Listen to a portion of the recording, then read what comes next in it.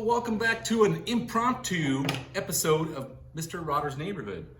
Today we're going to do something that was kind of unplanned, but it's more or less something that needs to be done.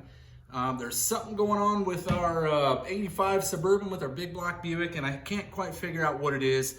And I've kind of got it narrowed down to the carburetor, I do believe.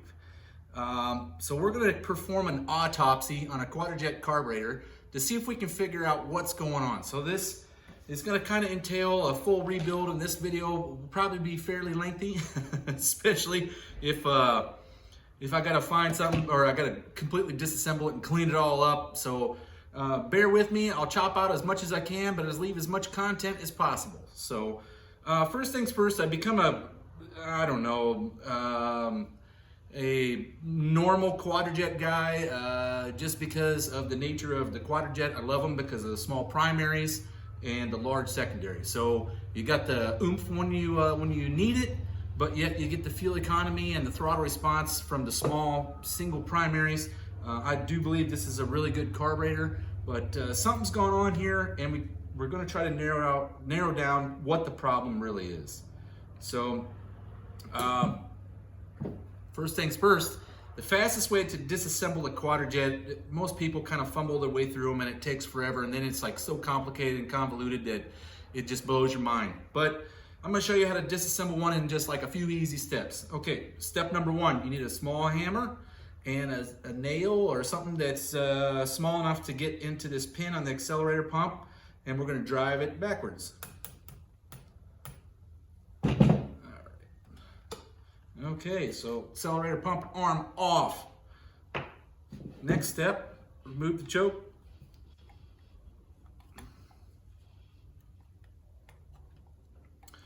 And that just takes a standard screwdriver, and I'll get that screw here in a second. All right, so choke off.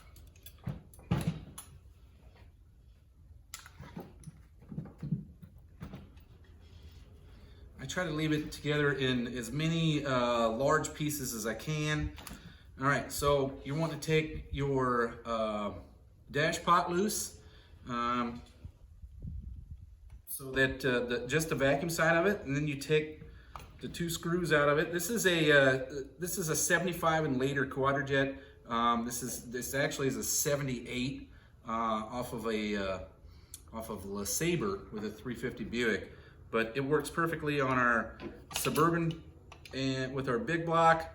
It is an 800 CFM carburetor, so it is a very good one. It also has the adjustable part throttle. If you look closely, you notice that it's been converted to electric choke. Almost all the trucks were electric choke from like 77 on up or something. And it makes things real simple. All right, so your dash pot, pull that dude off real quick. And now you can get down to the nitty gritty, so you can easily disassemble the top. All right, next thing, pull out your secondary metering rods and the hanger. All right.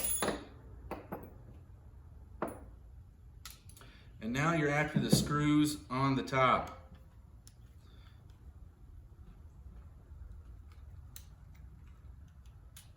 Quadrajet is man's best friend, I do believe. It's a good carburetor. So there is two screws, two small screws located down in the choke housing for the in the primaries. Don't forget to get those two. Those are the ones that most people forget to begin with. But,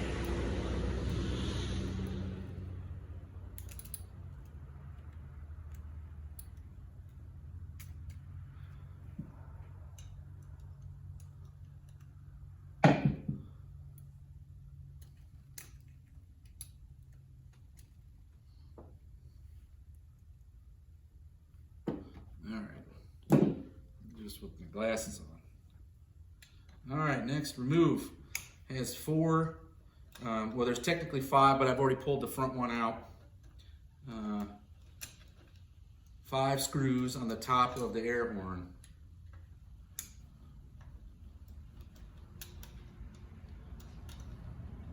Now the other day, The only reason I'm doing this is because the other day I jetted it to, I went down one jet to see what would happen, and I noticed that something weird had happened inside there, which looked to be like a small fire inside the float bowl. And of course, I didn't have another gasket, so I tried to work that one as best I could and get it back in there. But I'm gonna see what's kind of causing these problems with, because it should never catch on fire inside the float bowl. It's such a fuel-rich environment that it really doesn't catch on fire. These things aren't known to catch on fire. So the Quadrijet is, it's kind of odd that it would catch on fire, but I'm kind of wondering if it did any other damage inside the carburetor, because it is acting a little funky. When you drive it, it feels like it's missing going down the road. I'm kind of wondering if maybe the air horn got warped, or possibly, you know, it's done some more damage in there. I did have to replace the float, but because the float was burned up. It had literally like a burn mark in it. As soon as I touched it, it disintegrated. So, all right, so don't forget your choke link. It's just always a pain in the butt on these things. All right, so there's the top of the Quadrijet, right? The air horn.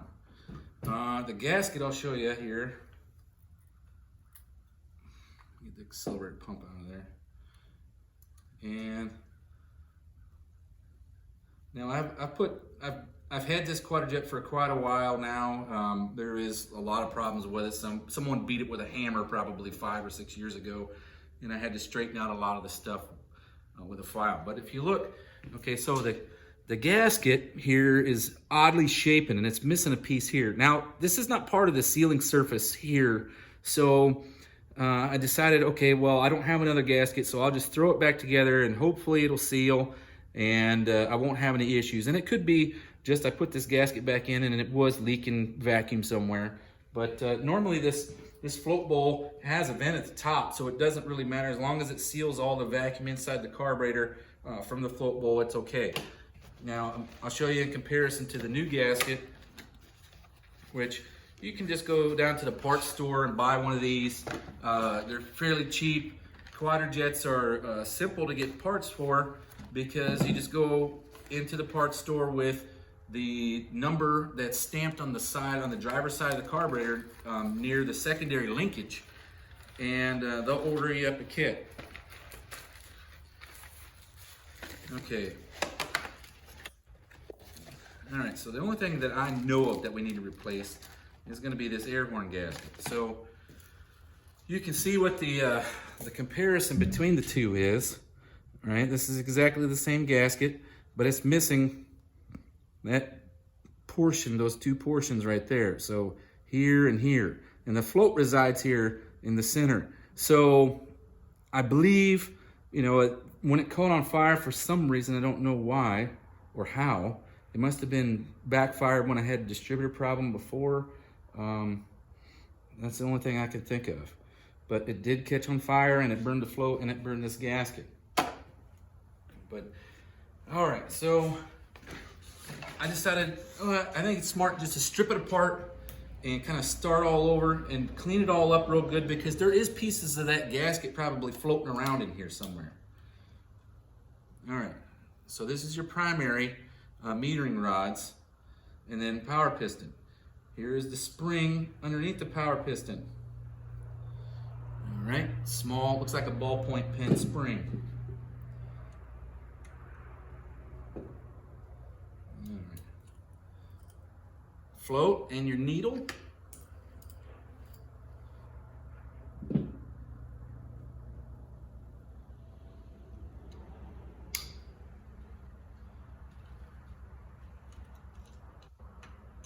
Sure, if there's something in here, it's probably down here under the jets. We'll find out. We'll take the whole dang thing apart. But I figured since it was a nice day here in Middle Tennessee, I could actually get in here and maybe dig this thing apart and find out what's going on. All right. Next thing, your seat. I need a bigger screwdriver. All right.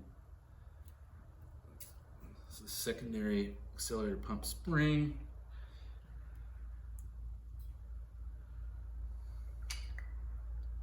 There's a piece of gasket already, so I don't know if you can see this.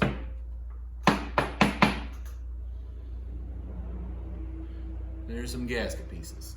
So that may be what's causing all of our problems. I tried to clean it out as best I could the other day, but I was in a hurry, so I didn't get it all the way out. All right, so this in the center of the 70, well, it's actually 76 and later that has this adjustable part throttle.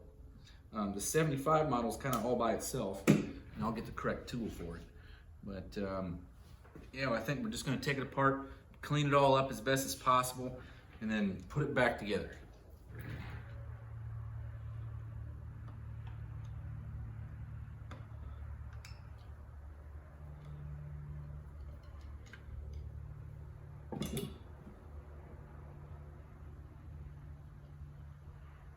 All right, so be careful of your seat. It does have a small washer on the bottom if you take one of these apart. Now this is a special seat. It has no windows, if you notice, and that's supposed to aid in startup. Because of today's unleaded fuels, the fuel will evaporate out of the bowl pretty easy.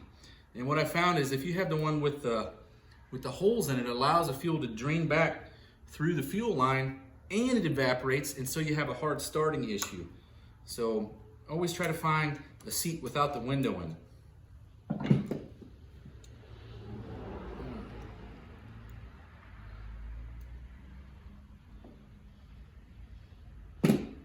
Okay, and then adjustable part throttle, you can take it out with just a pair of needle nose pliers. I had this tool because we've modified the top of the air horn where it has this is normally an aluminum plug that's in here. And then it's knocked it out, and then you put a pipe thread on it, and it's like, I think 1/8 inch, 27, and then you just put a pipe plug in it so you can access it from the top of the carburetor and adjust it for performance or fuel economy or towing or whatever your application may be. I mess with it quite a bit, especially when I'm trying to get some fuel economy out of it, or it just doesn't seem to be running right. But the proper setting for that adjustable part throttle is 3 turns out, okay? And then since we're gonna take this whole thing kind of apart, maybe I'll leave it in there and see if it can stay. All right, let me get a pan. All right, so I should be having a check ball in here because that's the only thing I haven't taken out yet. So let's see if she comes out. All right, there's our check ball. All right, and that goes underneath this screw on the driver's side. It's actually in there for your accelerator pump, and I believe it just keeps the fuel from draining back. But, all right, so next step, pull off our air conditioning solenoid here.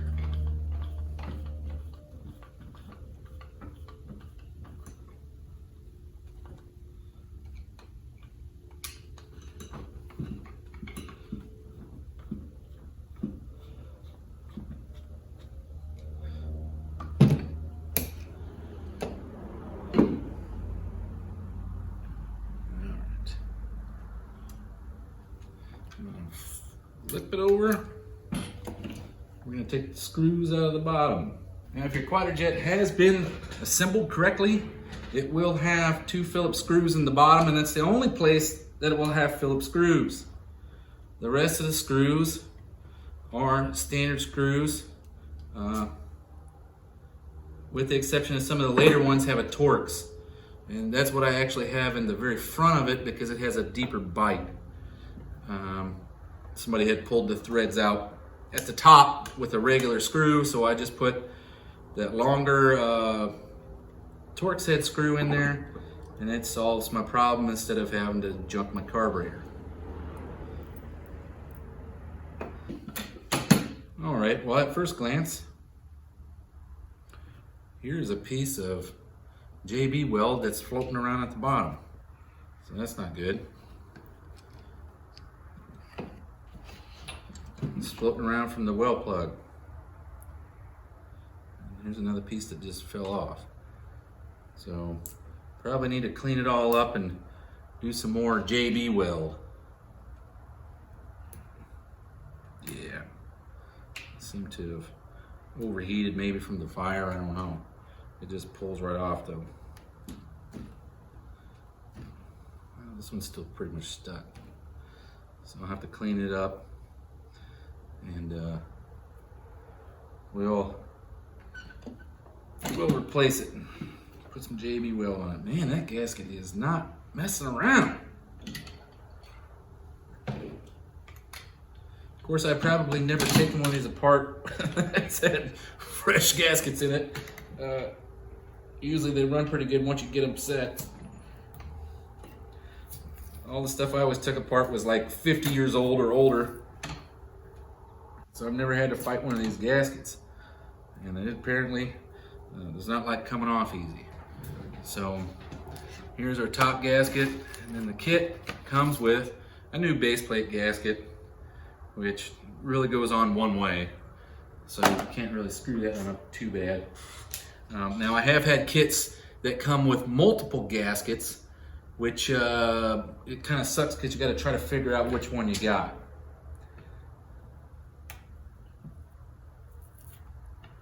Okay, well at first glance I think our issue might just be maybe some leaking well plugs. I'm not entirely sure. I had JB welded them before, but it looks like the stuff has come off. So besides the gasket, we may have leaking well plugs. The top gasket, the air horn gasket that was burned. So I'll get this all cleaned up.